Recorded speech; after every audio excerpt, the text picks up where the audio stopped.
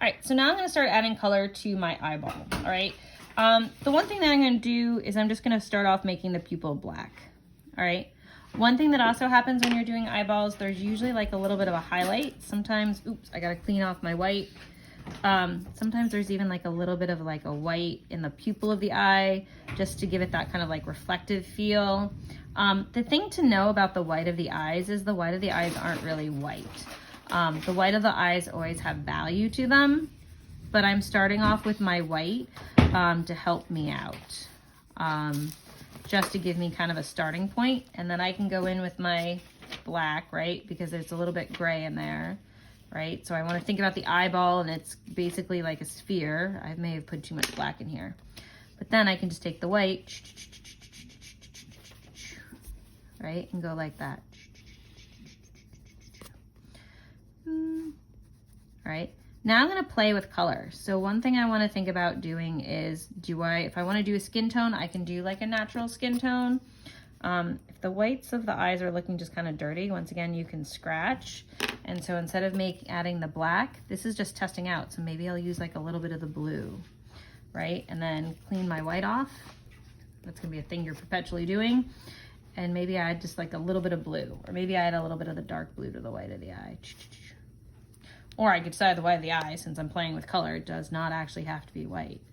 I think I like the blue better than the black. If you like the black better, that's fine. I added a little bit too much over here. So anything with like a point that you can scratch into it, a pen without the, like a retractable pen without the pen in it, that's like a good thing to use.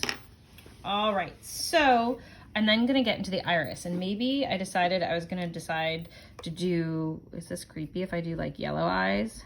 So one thing with oil pastels, it's always about that layering. So maybe I decided that these yellow eyes are gonna be yellow. Red eyes are kind of creepy. I should have thought about this better before I started, so maybe I'll add some like orange. And I'm just gonna start layering these different colors of the eyes up, right? I can also add my twinkle in my eye later on, right? But I also wanna make sure that I add some color to the edges of my eye too. It's usually darker around the edge of the eye. So maybe that's where I use my red. Or maybe my eyes are gonna be like sunshines. Maybe I think of my eye as more like a sunshine. All right, there is this shadow line coming in here, so I might go in with my blue. Probably should have done that later, but this is just an experiment. So we're trying different things out, right? Ooh, my person is gonna have blue skin, right? So I'm gonna add some like purple, because there's usually like that shadow underneath the eyes, because you know, most of us have those. I don't know, a lot of people don't get enough sleep. If you're one of the people that gets a lot of sleep, all the power to you. So, and I'm gonna wanna make that a little bit darker. So if I wanna make it a little bit darker, I can add a little bit of black to it. Or blue's complement is, does anybody remember? Drum roll, please. It is orange. So another way I can also darken my blue is to add a little bit of orange, right? So I put the purple underneath for my skin tone. For going underneath my eye, I probably should go into my eyeball some more. And now I'm gonna add some blue, nice and hard, to really start getting that value underneath the eye, right? It's always good if you look at an eyeball while you're doing this, but right now I'm just playing with color, right? And I've decided that I'm gonna have blue skin, and I decided that purple is gonna create my dark. So I'm gonna add more purple. And then if that's not doing the trick, if that's not doing what I want it to do, on the side, well, this is an experiment, but if you're on your final piece, you would want to make sure that you then test out like what's going to make this go darker. I'm going to try like a little touch of orange. See if I just kind of put that over the top, how that goes. I'm going to go back. Notice that I'm not just staying with one area. I'm like working over the whole surface. And then one thing you can do, right, is let's say since I've decided this eyeball is yellow, I can decide after I've done this stuff, right, that I can go back over the whole surface with a yellow, right? And that I can use to kind of blend things together. So like I said, oil pastels are really blendy. They really wanna work together. They really wanna be layered. They wanna get smooshed together. Sometimes what happens, as you can see here, and getting those like little green marks, that's because oil pastels are messy. Right? And they leave behind, trying to see where you can see in the video, they leave behind all these little things. And then if you draw on top of them, they become part of your drawing. All right, if that drives you crazy, probably oil pastel. Crazy is not the right word, but if those annoy you, probably oil pastel is not going to be your choice.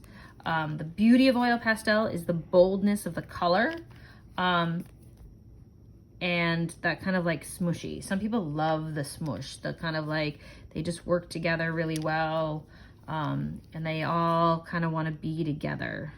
Oil pastels are not fans of the social distancing. They don't know how not to be together.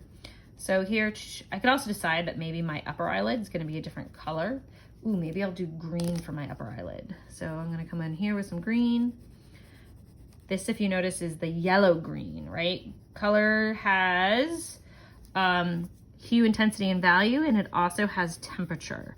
Blue and orange don't have temperature because, why don't they have temperature, you might be wondering?